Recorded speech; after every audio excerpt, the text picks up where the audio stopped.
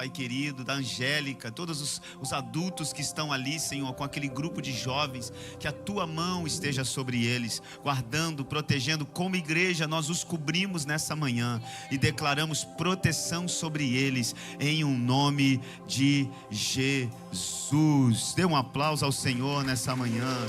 Aleluias. Ainda de pé, aproveitando que você não sentou, que você está animado para ouvir a palavra de Deus, abra sua Bíblia no livro de Eclesiastes, no capítulo de número 7. Livro de Eclesiastes, capítulo de número 7. Nós vamos ler o versículo de número 2. Eclesiastes, capítulo de número 7 e o versículo de número 2.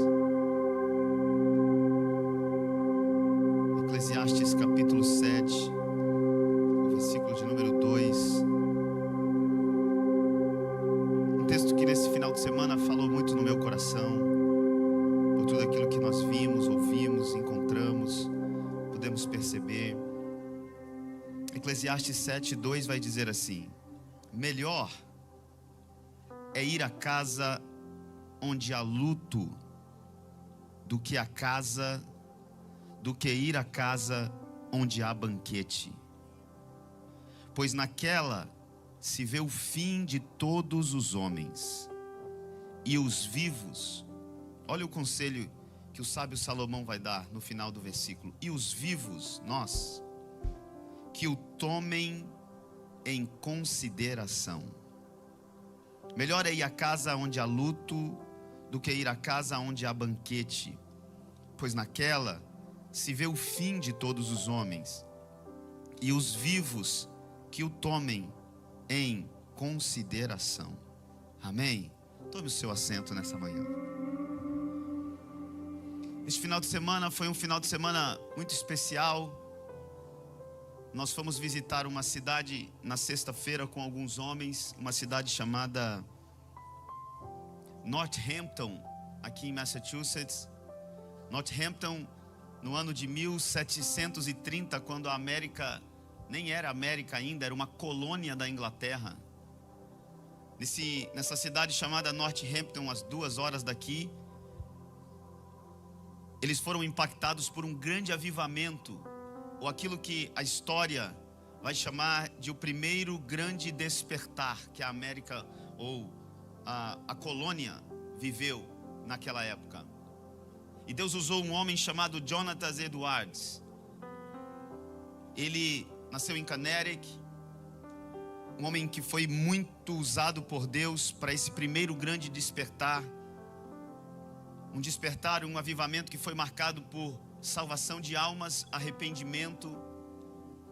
E esse homem, diz a história, que ele pastoreou nessa cidade que nós fomos, chamada Northampton. Nós estudamos um pouco a história dele, fomos em um museu, ouvimos um pouco da história dele, um pouco daquilo que ele fez, daquilo que ele viveu naquele lugar, e como o impacto desse avivamento foi tão forte naquela cidade, que diz a história que os bares se fechavam, que diz a história que quase toda a cidade aceitou a Jesus naquele tempo. E ele fez e viveu algo muito grande.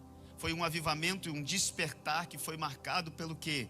Por um forte arrependimento, por uma forte transformação de vida na vida das pessoas.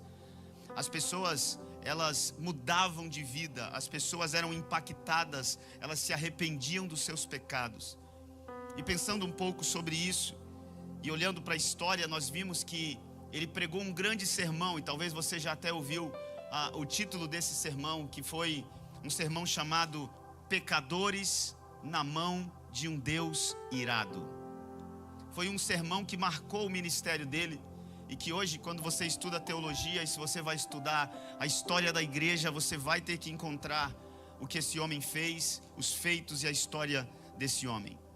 E pensando um pouco nisso, eu decidi pregar nessa manhã, movido pelo Espírito de Deus, uma mensagem com um título semelhante a que ele pregou. Ele pregou pecadores na mão de um Deus irado. Eu queria pregar hoje sobre pecadores na mão de um Deus misericordioso. Pecadores na mão de um Deus misericordioso. A história diz que quando ele pregava o sermão, esse sermão era tão forte, trouxe uma convicção tão grande no coração das pessoas, que enquanto ele pregava, as pessoas se agarravam nas pilastras do templo onde ele estava ministrando, e elas gritavam. Alguns dizem que eles sentiam o calor do inferno. Tamanha era o desespero diante daquilo que foi liberado e ministrado naquela manhã. E hoje, por ser uma manhã de Santa Ceia, por ser uma manhã de nós pensarmos no sacrifício de Cristo, eu queria pregar esse sermão: pecadores na mão de um Deus misericordioso. Eclesiastes capítulo 7, a Bíblia vai dizer que melhor é ir a uma casa onde há luto do que uma casa onde há uma festa. Melhor é ir em uma casa onde há luto do que uma casa onde há festa. Isso parece loucura, irmão. Quem prefere ir num velório do que ir numa festa? Quem prefere ir em um local onde vai haver uma pessoa morta do que um local onde há festa? Mas esse homem, que foi um dos homens mais sábios que pisou na face da terra, sábio Salomão, ele vai escrever em Eclesiastes, e ele já está no final da sua vida, e ele vai escrever dizendo: ei, é melhor ir numa casa onde há luto, onde há um velório, do que numa casa onde há festa. E ele vai dizer o porquê: pois lá naquela casa onde há luto, se vê o fim de todos os homens. E os vivos, ele vai dizer, os vivos precisam pensar sobre isso. Precisam pensar sobre isso. A gente precisa refletir sobre o quê? E o convite de Salomão é: reflitam sobre o quê? Sobre o que acontece após a morte. Porque a vida não é só isso. A vida não é só estarmos aqui, nascermos, crescer, comer, casar, construir família. Não! Existe algo mais importante, que nós chamamos de eternidade. Que depois da morte ainda há uma vida, ainda há um dia que nós vamos ter que dar conta de tudo que nós fizemos enquanto estivermos vivos. E é por isso que o sábio Salomão vai dizer assim: ei, é melhor você ir numa casa onde há um velório, porque lá você vai ver a realidade. E a realidade é que um dia, esse dia da morte, ele vai chegar para mim e para você. E aí, meu irmão, acabou. Escute, todos nós se preparamos, pastor Ângelo. A gente se prepara para o futuro. A gente se prepara para uma aposentadoria. A gente, quando criança, fica pensando o que nós seremos quando nós crescermos. Todos nós se preparamos para o futuro. Mas nós precisamos parar na nossa vida e se perguntar: para onde eu vou após a morte? O que acontece após a morte? Porque a vida, segundo a Bíblia, não é só isso. Pastor, e por que essa pergunta ela é importante? Ela é importante, sabe por quê? Porque o que está em questão na nossa vida é a eternidade. É a eternidade. O que está em questão para mim e para você. E nós precisamos parar. E o conselho, a reflexão, ou o chamado à reflexão do sábio Salomão é: os vivos, prestem atenção nisso, que vai chegar o dia que eu e você vamos ter que encontrar com Deus. Seja por um arrebatamento ou seja por uma morte, todos nós vamos ter que estar diante de Deus. E a gente precisa hoje parar e pensar: para onde eu vou? O que acontece após a morte? Pastor, o que acontece após a morte? Em primeiro lugar, o que acontece após a morte é prestação de contas. Prestação de contas. Hebreus capítulo 9, versículo 27. E assim como aos homens está ordenado morrer uma só vez, vindo depois disso o juízo. Olha o que diz Eclesiastes 11:9. Alegra-se, jovem, na sua mocidade, seja feliz no seu coração, nos dias da sua juventude. Siga por todos os caminhos por onde o seu coração andar, até onde a sua vista alcançar. Mas saiba que por todas estas coisas Deus o trará a julgamento. 2 Coríntios 5:10. importa que todos nós compareçamos diante ou perante o tribunal de Cristo, para que cada um receba segundo o bem ou o mal que cada um tiver feito no seu corpo. Romanos capítulo 14, versículo 12. Assim, pois, cada um de nós dará conta de si mesmo diante de Deus. Eclesiastes capítulo 12 vai dizer: porque Deus há de trazer a juízo todas as obras, até as que estão escondidas, quer sejam boas, quer sejam más. Mateus capítulo de número 12, versículo de número 36. Digo-vos, pois, que toda palavra inútil que proferirem os homens, dela darão conta diante do juízo. Depois da morte é o quê? Prestação de contas. O que é que você fez? A vida é um dom que Deus te deu. A vida é um dom que Deus nos deu, irmão. Mas saiba de uma coisa, que quando nós fecharmos os olhos pela morte, ou quando Cristo voltar, o que vai acontecer? Prestação de contas. Mas quando eu olho para essa mesa, sabe o que me dá alegria? O que me dá alegria, irmãos, e que a verdade sobre isso é que eu vou ter que dar conta das minhas obras ruins que eu fiz, se eu não tiver me arrependido. O juízo é para aqueles que não se arrependeram. O que essa mesa me ensina, e o que a história bíblica me mostra, é que nós podemos ter feito tanta coisa errada na nossa vida, que nós podemos ter vivido de forma tão errada na nossa vida, mas escute, eu vou ter que dar conta do quê? Daquilo que eu não me arrependi. Porque aquilo que eu me arrependi, diz a Bíblia, que se eu confessar o meu pecado, Ele é fiel para perdoar todos eles. 1 João capítulo 1, versículo 9 diz: se confessarmos os nossos pecados, Ele é fiel e justo para perdoar todos e purificar a gente de toda injustiça. Isaías 43 e 25 diz assim: eu mesmo sou o que apago as tuas transgressões por amor de mim, e dos teus pecados já não me lembro mais. Sabe qual é a beleza dessa mesa? A beleza dessa mesa é que todo mês a gente participa e a gente lembra que por mais que eu tenha cometido tanta coisa errada e eu vou ter que dar conta daquilo que eu fiz, escute, diante de Deus, o sacrifício de Cristo me perdoa de todo o pecado. O problema é a falta do arrependimento. Aonde não há arrependimento, não há perdão de pecados. Porque o que me habilita a ser perdoado é o arrependimento do meu coração. O que ele está dizendo é o seguinte: ei, é melhor ir numa casa onde há luto, porque lá você vai ver que a vida vai acabar um dia, e depois da morte você vai ter que dar conta se você não se arrependeu dos seus pecados. Naquele dia vão estar todos diante de Deus. Naquele dia vão estar pastores, naquele dia vão estar padres, naquele dia vão estar judeus, naquele dia vão estar os não judeus, naquele dia vai estar Hitler, naquele dia vai estar Osama Bin Laden, naquele dia vai estar todos os homens diante de Deus. E a pergunta vai ser: o que é que você fez com aquilo que eu coloquei na sua vida? A primeira verdade que acontece após a morte é o quê? É que haverá prestação de contas. A segunda verdade que eu preciso entender que acontecerá depois da morte é a existência de um céu e de um inferno.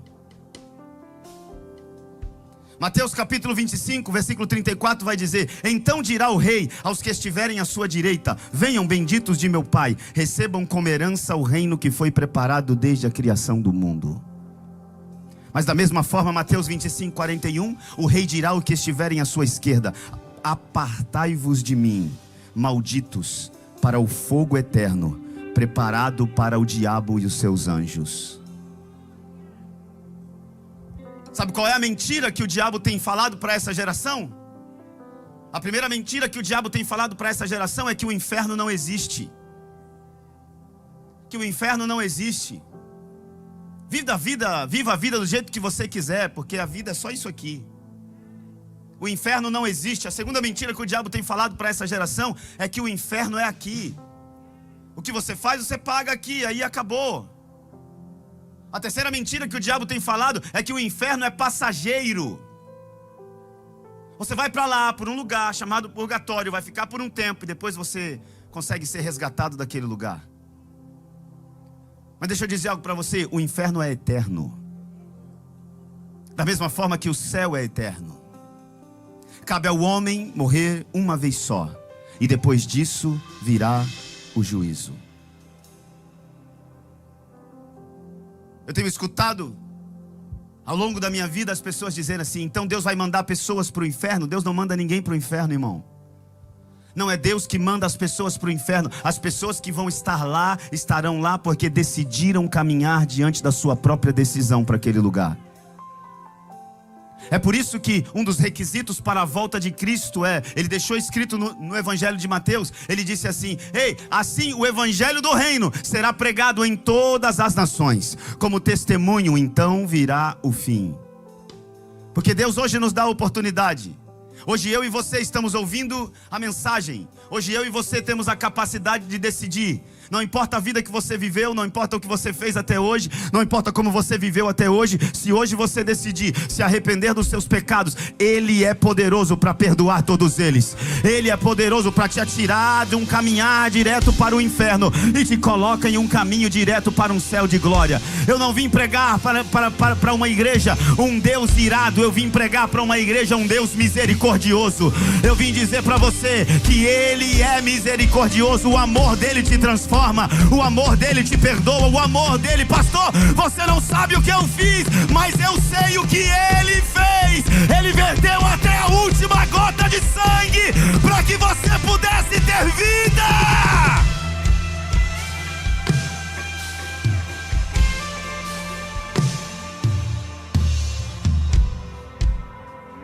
Deus não manda ninguém para o inferno.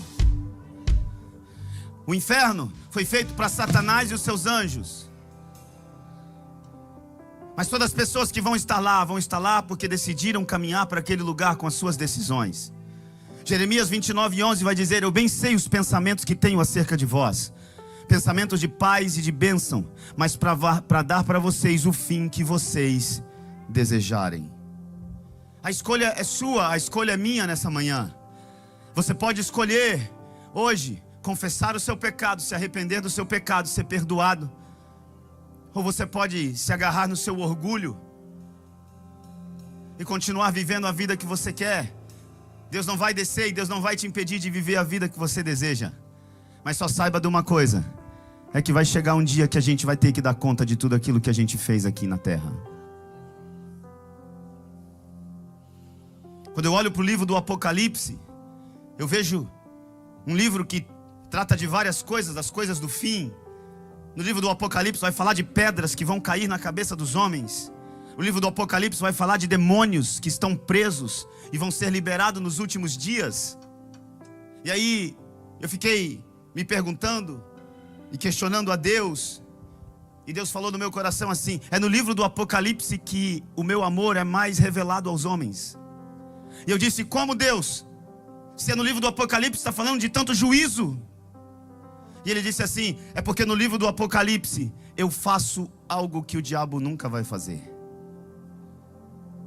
O diabo nunca vai mostrar o teu fim, dependendo das escolhas que você faz. O diabo nunca vai mostrar, nunca vai falar, nunca vai trazer no coração de alguém que começa a beber que um dia ele pode morrer, que ele começa a fumar que um dia os seus pulmões vão ser destruídos. Mas no livro do Apocalipse você vê o amor de Deus revelado como? Quando ele diz: eu vou mostrar para vocês qual vai ser o fim, dependendo se você tomar essa escolha ou se você tomar essa escolha. A nossa eternidade, irmãos, está na nossa mão. Você decide o que você quer fazer com a sua vida. Mas só saiba de uma coisa: e a partir de hoje você não pode mais olhar para Deus e dizer eu não sabia. Porque a partir de hoje você está ouvindo dizer que existe um céu e existe um inferno. A partir de hoje você não pode mais chegar diante do céu e dizer: ninguém nunca me falou, eu não sabia, mas hoje o Deus está nos trazendo à memória, nesse dia de Santa Ceia, para nos lembrar: ei, existe um céu e existe um inferno. Existe uma história, uma parábola que Jesus contou, Lucas capítulo de número 16, que fala de um rico e de um mendigo. O mendigo estava na porta do homem rico todos os dias da sua vida, e o homem rico nunca ajudou aquele mendigo, até o dia que um morreu. Lucas capítulo 16, versículo 23. E no Hades, quando eles morrem, a Bíblia diz que os anjos levam o mendigo para o seio de Abraão, mas o rico, pela vida que viveu, foi levado para o Hades, para o inferno. E olha o que a parábola diz, Jesus contando: e no Hades ergueu os olhos, ou no inferno ergueu os olhos, estando em tormentos, viu de longe Abraão e Lázaro, que era o mendigo, no seu seio, e clamando disse: Abraão, meu pai, tem misericórdia de mim, e manda Lázaro que molhe na água a ponta do seu dedo e me refresque a língua, porque estou atormentado nessa chama. Disse porém Abraão, filho, lembra-te de que recebeste os teus bens na tua vida, e Lázaro somente males, e agora este é consolado e tu atormentado. E além disso existe posto um grande abismo entre nós e vós, de sorte que os que quiserem passar daqui para lá, para vós não poderiam, nem tampouco os de lá passar para cá. E disse ele: rogo-te, pois, ó pai, que mandes, olha o que ele quer, irmãos, que o mandes à casa de meu pai, pois tenho 5 irmãos, para que lhe des testemunho, a fim de que não venham também para este lugar de tormento. Sabe o que ele estava querendo quando ele estava no inferno? E Jesus vai contar uma história, uma parábola, para ilustrar essa verdade que eu estou falando nessa manhã, que existe um céu e existe um inferno. E a história vai dizer, que ele vai dizer assim: vai lá na minha casa, manda alguém na minha casa, que pregue para eles, que contem algo para eles, para que eles não venham para esse lugar. Em outras palavras, o que esse rico está querendo é: manda alguém lá pregar para os meus irmãos, para que eles se arrependam, para que eles não venham para esse lugar. Porque o céu e o inferno é real. Quando eu olho para essa parábola, eu vou ver que o inferno, que esse homem que estava no inferno, vai revelar algumas verdades para nós. E a primeira verdade é que Lucas capítulo 16, versículo 22 vai dizer: chegou o dia em que o mendigo morreu e os anjos o levaram para junto de Abraão, e o rico também morreu. Sabe qual é a verdade, irmãos? É que o dia vai chegar. O dia vai chegar. O dia vai chegar. Eu não sei se essa é uma fé do teu coração ainda, mas é uma fé do meu coração. Que um pouquinho mais de tempo, e o que há de vir virá, e não tardará. Se nós não morrermos, a Bíblia diz que vai chegar o dia do arrebatamento. Vai chegar o dia da morte, vai chegar o dia. O rico, sabe como ele viveu? Ele viveu como se o dia não fosse chegar. Ele viveu como se nunca fosse chegar o dia da prestação de contas. Ele viveu como se nunca fosse chegar o dia que ele teria que dar conta de tudo que Deus colocou na mão dele, na vida dele, enquanto ele viveu. Ele viveu a vida em púrpura, gastando, fazendo, se divertindo, vivendo a vida, o que dava na mente e no coração dele, fazendo o que ele achava. Deus colocou um mendigo na sua porta para sempre, irmão, eu acredito, para sempre mostrar para ele e dizer: ei, olha para cá, olha para cá, olha para essa miséria, tenha misericórdia de mim. Mas não, ele viveu a sua vida do jeito que ele quis viver, e não tem problema. Você pode viver a sua vida do jeito que você quiser, mas saiba de uma coisa: o dia vai chegar, o dia vai chegar, o dia vai chegar, o dia vai chegar. E quando esse dia chegar, irmão, se você não tiver na sua vida o sangue do Cordeiro, irmão, o final será trágico. Eu vim hoje, irmão, como aqueles homens que ficam nessas estradas quando tem algum buraco, ou como uma placa dizendo: cuidado, buraco à frente. Hoje eu vim, irmãos, como essa pessoa na sua vida, para dizer para você: cuidado com a vida que você está vivendo, porque Deus me trouxe nessa manhã para dizer: há a oportunidade de você mudar o teu destino.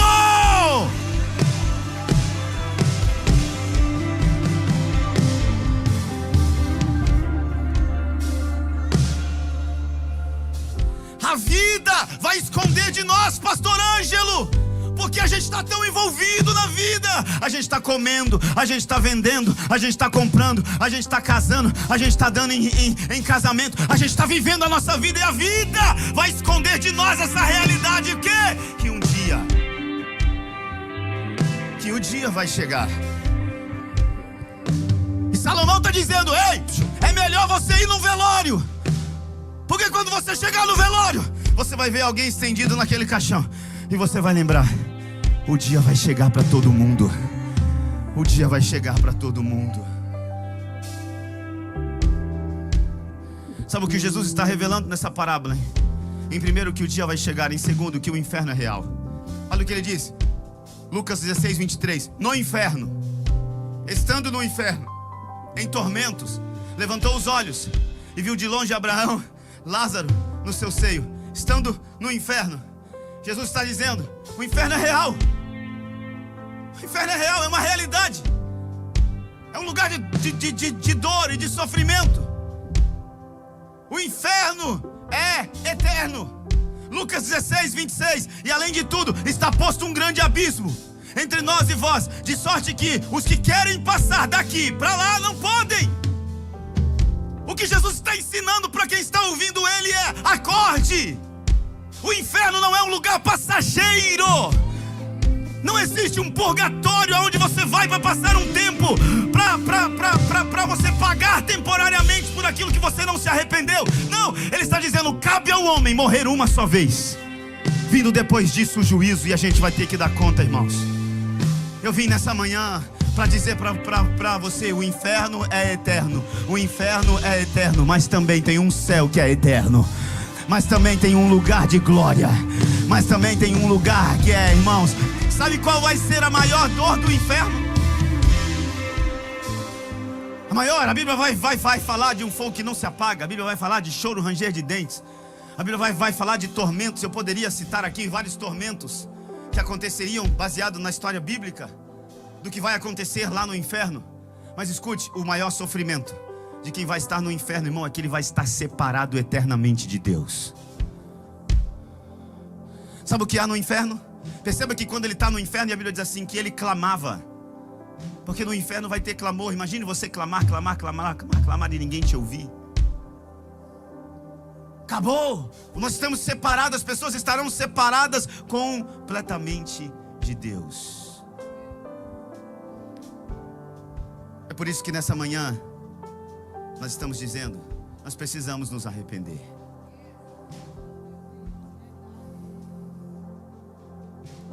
O que vai existir no inferno é um sofrimento mental muito forte. As pessoas que estiverem lá, irmãos, a Bíblia diz que o rico se lembrava de Lázaro. Quando ele via Lázaro, ele conseguia enxergar e ele lembrava de Lázaro. As pessoas terão consciência o porquê que elas estão onde elas estão. O rico se lembrava que ele nunca ajudou Lázaro. Existia, irmão, o sofrimento mental no inferno será violento. Mas Isaías 65, versículo 17 vai dizer assim: porque eu crio novos céus e nova terra, e não haverá lembrança das coisas passadas. Se no inferno quem estiver lá, ele vai ter consciência daquilo que ele fez de errado. A Bíblia diz que aqueles que estiverem no céu, não haverá lembrança. Irmão, lá não tem dor, lá não tem memórias de dores. Lá você não vai lembrar daquilo que te machuca hoje, daquilo que te faz chorar, daquilo que te faz sofrer. A Bíblia está dizendo: não haverá lembrança das coisas passadas. Não haverá. Se no inferno há um sofrimento mental, quem estiver no céu, irmãos, lá não haverá lembrança de dor. Lá não vai ter depressão, lá não vai ter síndrome do pânico, lá não vai ter ansiedade, lá não vai ter desespero, lá não vai ter perturbação na madrugada, lá não vai ter choro, lá não vai ter dor, lá vai ter celebração, lá vai ter paz, lá vai ter alegria, lá vai ter gozo na alma. O que eu estou ministrando nessa manhã é, irmão, se desperte e acorde, porque o Senhor está voltando.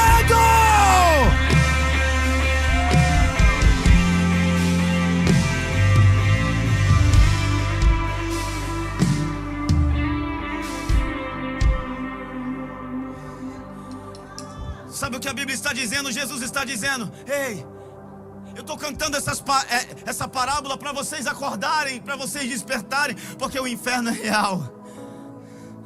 No inferno vai haver o que? Clamor. Ele clamava ao pai Abraão e dizia: Abraão, me ajuda, Abraão, me ajuda. E Abraão dizia para ele: eu não posso fazer nada, você está aqui pelas suas próprias decisões.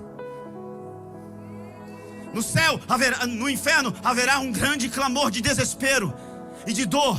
Ele dizia: ei, molha para mim, pede para Lázaro molhar pelo menos o dedo na água e colocar na minha língua. Eu preciso de alívio. Haverá um grande clamor. E no céu não haverá clamor. Sabe o que vai haver no céu? Diz a Bíblia que nós vamos se ajuntar aos querubins, aos serafins, aos 24 anciões, e nós vamos ter uma canção nos nossos lábios. E a canção vai ser: Santo, Santo, Santo, Santo, Santo, Santo, Santo. Lá não haverá choro, lá não haverá desespero, lá não haverá clamor, lá não haverá desespero. Lá haverá o que? Adoração. Lá haverá o que? Santo, Santo, Santo, Santo, Santo, Santo, Santo, Santo, Santo é o Senhor. Levante a sua mão aos céus por um minuto. Levante as suas mãos ao céu por um minuto. Libere uma palavra de gratidão, porque Ele te tirou do inferno. Porque Ele te tirou do inferno. Porque Ele te tirou do inferno. Porque Ele me tirou do inferno. Eu não sei você, mas eu sou grato.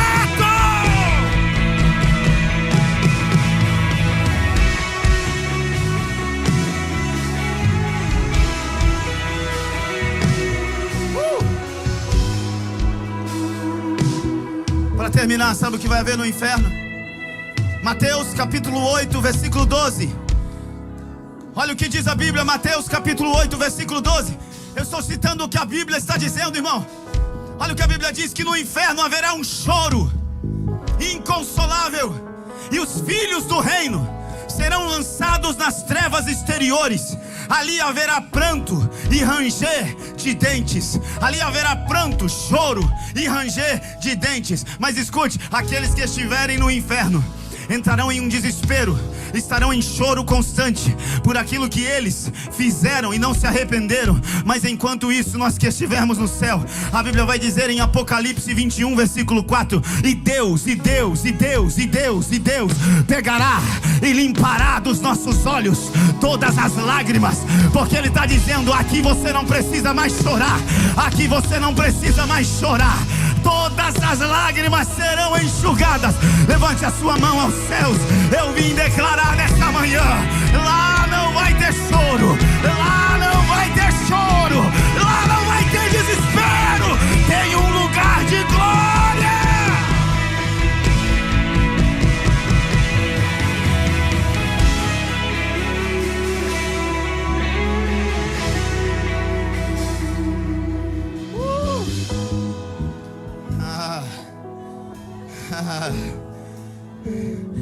O que eu estou te dizendo hoje é que não importa o que você fez, não importa o que você viveu, irmão, é um céu de glória.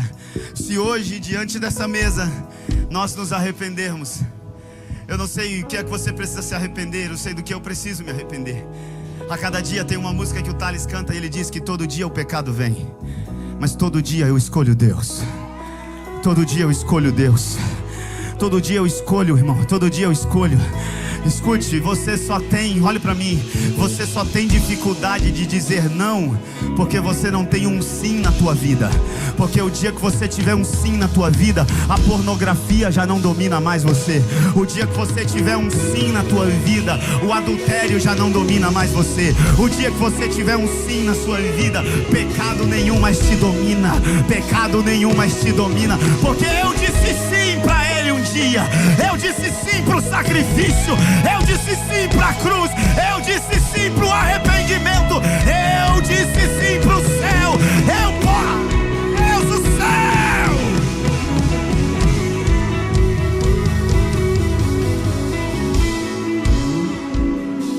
Fica de pé comigo nessa manhã.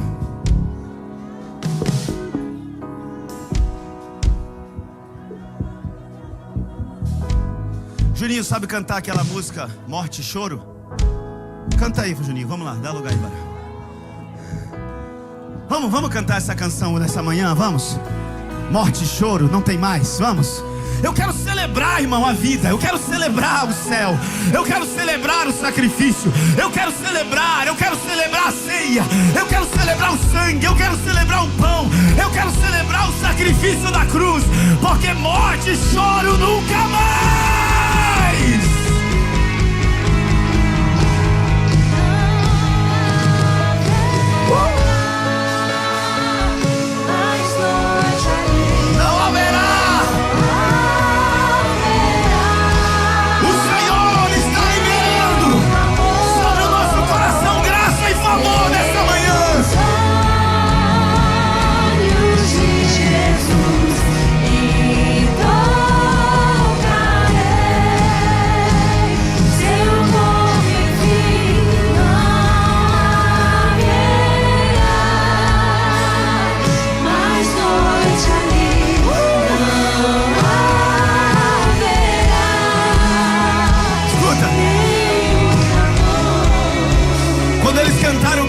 Mais noite, eu me lembrei, porque a Bíblia diz assim, que no inferno é lugar de densas trevas, é lugar de escuridão. Mas aí eu lembrei o que Apocalipse capítulo 22 versículo 5 vai dizer: e ali não haverá mais noite, e não necessita de lâmpada, nem de luz de sol, porque o Senhor os alumia, e reinarão para todos sempre. Lá não haverá trevas, lá não haverá noites, lá não haverá, não, irmãos. Hoje, sabe, nessa Santa Ceia, eu quero celebrar junto com você o que Cristo fez na cruz do Calvário. Sabe o que esse sacrifício significa? Possibilidade de recomeçar. Possibilidade de recomeçar. Eu queria que você fechasse seus olhos nessa manhã.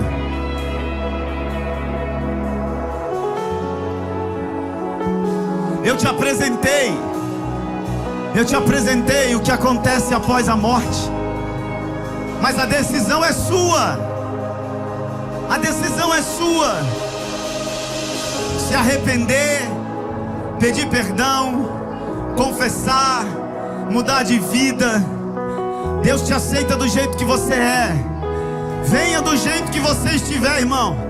Mentiroso, caluniador, vendo pornografia, traindo a esposa, do jeito que você tiver, não tem problema, irmão. Deus te aceita, o amor dele te aceita. Ele te abraça hoje, ele te aceita como filho nessa manhã. Mas o amor dele é tão grande que ele não vai aceitar você permanecer do jeito que você está. Ele muda a tua vida, ele transforma a tua história. Ele mudou a minha, ele mudou a minha, ele mudou a minha, ele mudou a minha.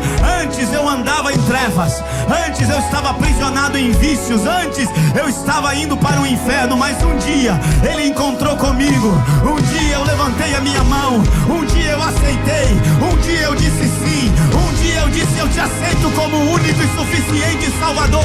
E ele mudou completamente a minha história, ele mudou a minha vida, ele me deu uma esperança. Ah, morte e choro, não, lá não tem mais.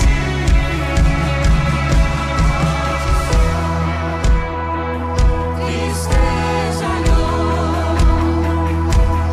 nunca mais. Pecadores na mão de um Deus misericordioso. A misericórdia dele está disponível nessa manhã.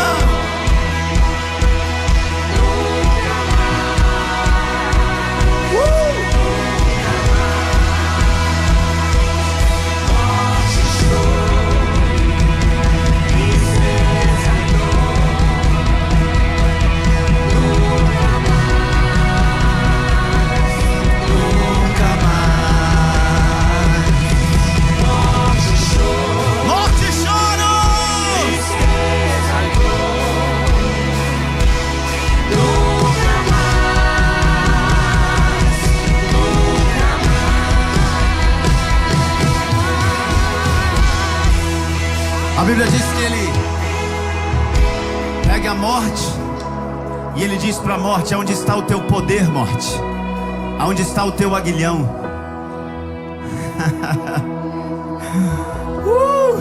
Você que separava os homens de Deus, você que levava eles para o inferno, aonde está o morte, o teu poder agora? Ele morreu, ressuscitou e está aqui nessa manhã, dizendo para mim e para você: é possível recomeçar. Eu queria convidar todos vocês a curvar a sua cabeça, fechar os seus olhos.